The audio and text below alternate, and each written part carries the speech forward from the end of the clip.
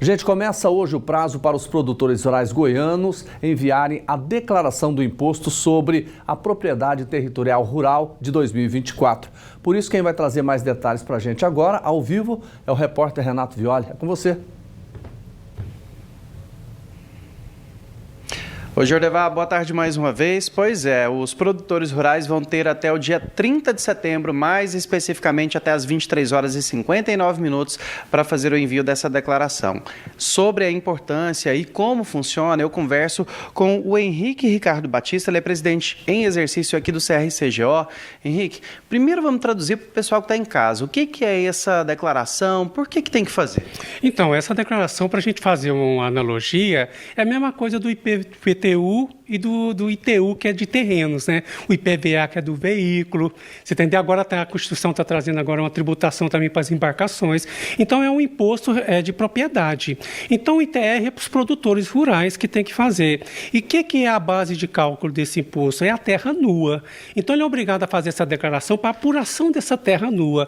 E essa terra nua, para apurar, dependente da cultura que ele tem, dependente se for um agropecuarista, por exemplo, quantidade de bovinos que ele tem, áreas de preservação que tem lá dentro. Então, quando faz esse cálculo, que você descobre qual que é a terra nua.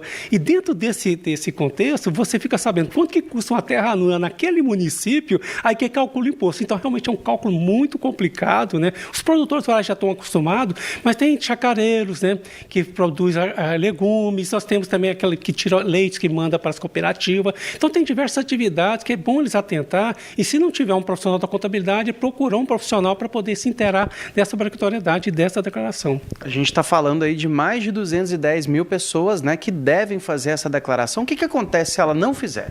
Se não fizer, paga multa. Porque quando faz todo esse cálculo aí tem um imposto para pagar. Esse imposto a pagar, ele pode pagar em 5 cotas. A primeira cota vence em setembro, quando se entrega a declaração, e as demais vencem nos outros dias, último dia útil do mês, com a correção de Selic. Então, tem uma multa baseada nesse imposto. Então, se não entregar a declaração, ele vai pagar em multa no valor do imposto dele apurado. E ainda tem aquela situação, né? A propriedade ela fica restrita para algum tipo de negociação até a regularização? Se for pessoa jurídica que é obrigada a fazer o CNPJ, e se for a pessoa física que, aliás, em regra, são as pessoas físicas que fazem suas atividades rurais. Ele fica com problema no seu CPF por causa disso. Então, é muito importante se atentar para esse fato.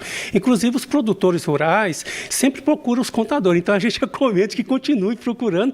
E também os seus sindicatos rurais, que, em regra, os municípios também têm os seus sindicatos rurais, que ajudam muito nesse contexto. Então, procure também o sindicato para se inteirar.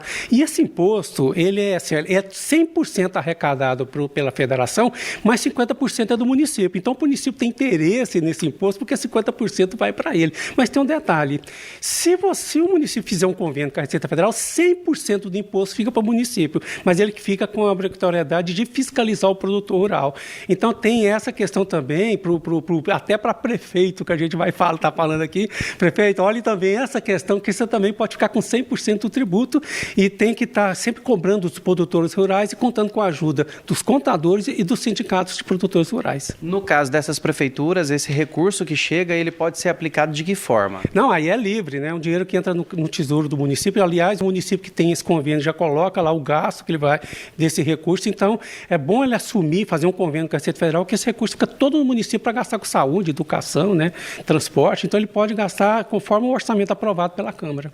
E esses produtores rurais, alguns podem ser isentos? Como é que funciona essa situação? Tem pela metragem do imóvel, ele pode ser isento, pelo tipo de atividade ele pode ser isento. Então a gente recomenda procurar um contador para ele estar podendo orientar nesse contexto, para ver se ele está isento da entrega da declaração. Porque também, na hora que ele vai pegar um recurso emprestado no banco, é outro fator também interessante, o banco pede o ITR para ver se a propriedade está regular.